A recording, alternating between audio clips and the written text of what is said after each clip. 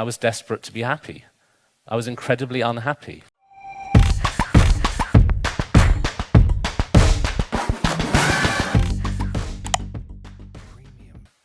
So then what did I do? I started to meditate in quite a kind of addictive way. I started to meditate to try and get happiness. Very understandable thing. I mean, here we go. I'm looking at happiness now as a state of mind. I'm trying to give up this idea that it should come from outside, it should come from within, so then I'm going to meditate to get happiness. Same problem arises. The more I'm sitting there searching for happiness in my meditation, the more depressed I become. The more I start to feel it's not happening, I'm not there yet. When am I going to get the buzz?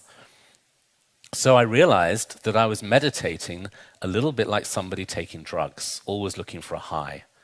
Because I was programmed, as I think many people are, I was programmed to believe something's only working if you feel good as a result of it. And that feel good has to be like a ramped up excitement in the body and mind. Oh, then it's working because I felt something. So then I'm sitting down meditating. And when I first became a monk, in my first year, I was quite ambitious about the whole thing. And I used to do a lot of meditation throughout the day. I was living in the monastery and I was living this very kind of quiet life, not like now where I'm traveling all the time. And I was doing lots and lots of meditation during the day, thinking I was kind of really into it. You know, I was quite ambitious about it. I thought, yeah, I'm doing it. I'm in the fast track. I'm like, you know, Mr. Hardcore monk. Here I go. You know, just you watch me. I'm, you know, like that kind of feeling, a little like ego, basically. But the meditation, the more I did, the more unhappy I felt, and because of that, wanting to feel something. So what it means is that I'm sitting down to meditate, and I'm waiting to get high. Waiting to get some kind of buzz from it. So it means I'm telling myself I lack happiness. I'm coming from a place of deficiency, and I'm creating that deficiency again and again within my body and mind. So I started to get more miserable. The game changer for me was when my teachers, I've been so fortunate to study with some of these incredible Tibetan masters. So my teacher, Akon Rinpoche, told me, you must meditate on compassion. And that was the game changer, is when I started to think, oh, okay, I'm not going to do this for me to get a feeling out of it. I'm going to widen out this energy of meditation into something to do with helping people, compassion, kindness. And then it starts to change, because compassion, okay, let's talk about what compassion is in a minute, but compassion takes the meditation journey from a self-centered, graspy, addictive kind of reality into something that is of service to the world. And then you can let go, and you just do your best, and day after day you try to be kind to people, and your meditation is giving you the fuel and energy to do that. It just changes the whole picture from a kind of desperate search for internal happiness into a feeling that happiness is a shared experience, because the world is a shared experience. We all live together on this planet. So surely the happiness thing has to be connected to that interdependence, that community, the community aspect. Okay, but what is compassion? I think when we think of compassion, we have all kinds of ideas about it, but again, we tend to think of it in terms of a feeling, a sensation, maybe like feeling sad when others are suffering, feeling pain when others feel pain. That's the kind of compassion, but it's more related to empathy. And I think there's a difference between empathy and compassion. Empathy is of course a good thing. It's good to have empathy, but empathy can be very draining. Because what happens when you experience empathy, in terms of brain activity, there's a sense of, it's like a mirroring occurs in the brain. What I mean by that is, you know how when you see somebody in physical pain, supposing you see somebody break their leg, you kind of feel it in your own body.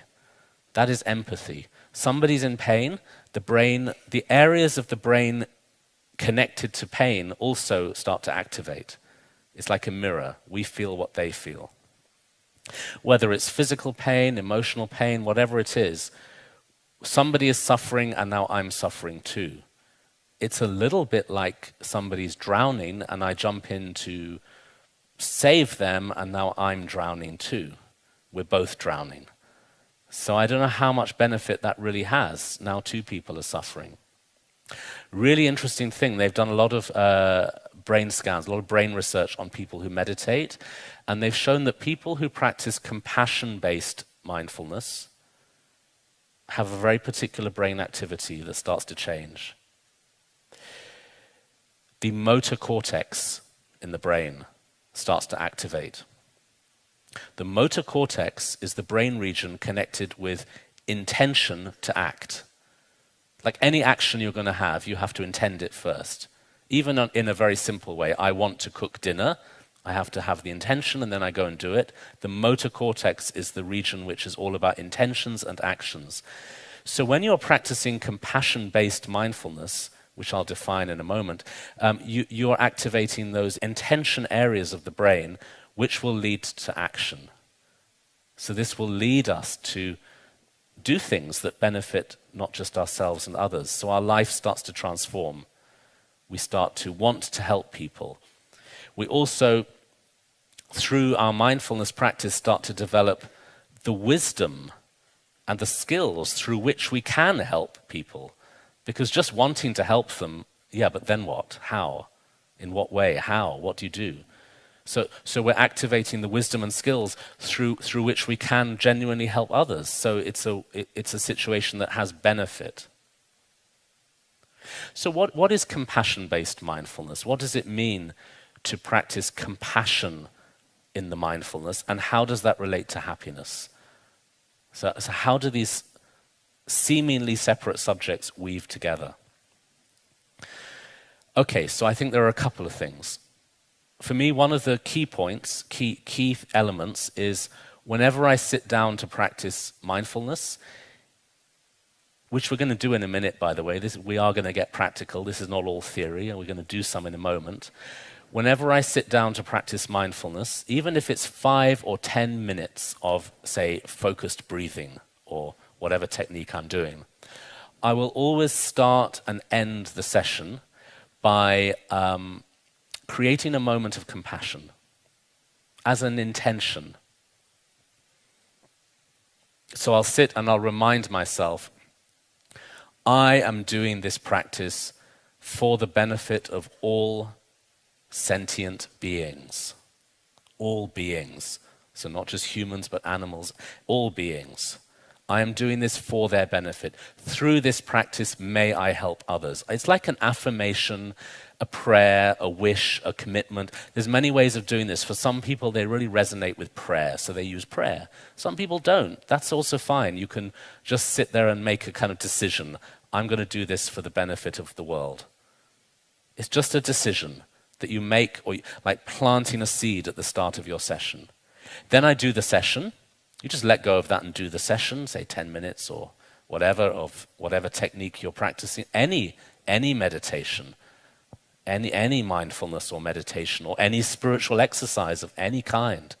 There's no limits to the range of exercises that are available, but the key point is why you're doing it. So you do the motivation, you do the session, and then at the end of the session, I always take a moment to re-energize that compassion by taking a moment to just recommit.